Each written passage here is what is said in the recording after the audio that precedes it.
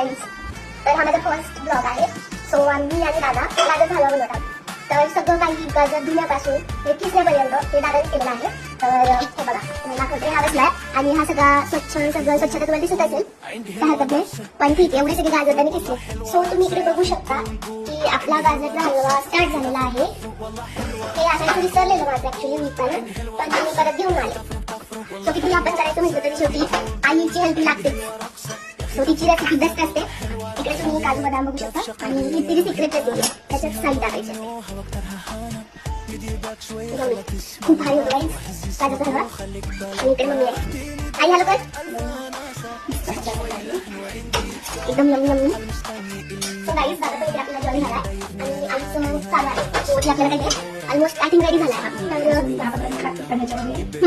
गाजर त्यामध्ये उलटा पण असल्यामुळे साखर टाकल्यानंतर त्याचं पाणी सुटतं. ओके, त्याच्यात पाणी कमी झालं पाहिजे.